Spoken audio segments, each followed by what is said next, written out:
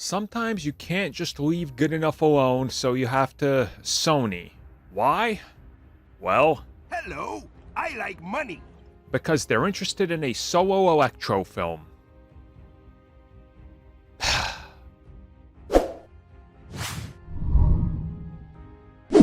Okay, so let me start off by saying nothing against Jamie Foxx's Electro. We talked about it in the recent podcast. Absolutely love his Electro in No Way Home. Essentially, he was just playing Jamie Foxx, being Jamie Foxx, having fun with it. They were making fun of what happens in The Amazing Spider-Man 2 because, come on, right? Like, that character in that film, just terrible. But they managed to fix the error with No Way Home. Now, of course, Sony, much like with many other actors that they have under their belt related to Spider-Man, has options on contracts where they can decide to renew a contract because if you sign multiple, they can bring you back and you sort of have to do it, right? Unless you say, no, I don't want to, and then that's a whole legal battle and that could be very problematic for your entire career.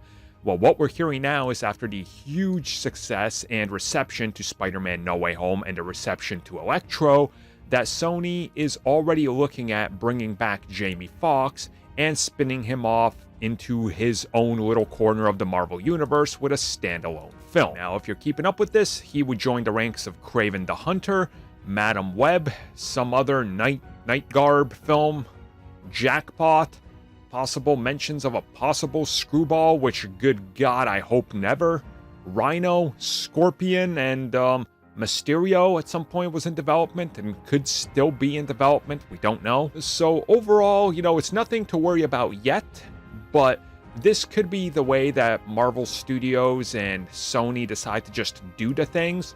If there's enough reception, good reception in the Marvel product that's connected to the MCU, you take that and you try to expand it further and see if people want it.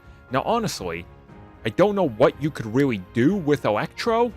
Like, sure, you can pick up the plot thread in The Amazing Spider-Man 2 when he gets restored, but that's completely different, and then that's a whole nother can of worms that you have to deal with. It could be a completely different, I guess, origin story or character, but then what's the point since people like the version he was playing in No Way Home? So it'll be interesting to see what this means. Currently, there's no guarantee that this is happening, but it seems like that Sony is very much interested in this, and it's one of those things that they put on the board with everything else they have. Spider-Woman 2, I forgot to mention that one. Well, not Spider-Woman 2, I mean Spider-Woman, but as in Spider-Woman 2 getting added to it, but it's the first, never mind. Silk is happening, so yeah, this is going to be the continued expansion of Sony doing whatever they can figure out that may or may not work. They're essentially pulling a WB here.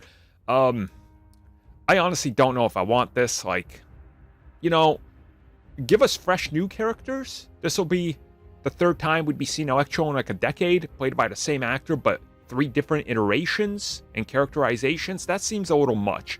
But again, this is Sony. They're gonna need something, and if it's defiling the Spidey franchise some more with these types of spin-offs, I guess buckle in, because they're not stopping. They're just gonna keep on picking up speed till everything derails again, like the last 2 times.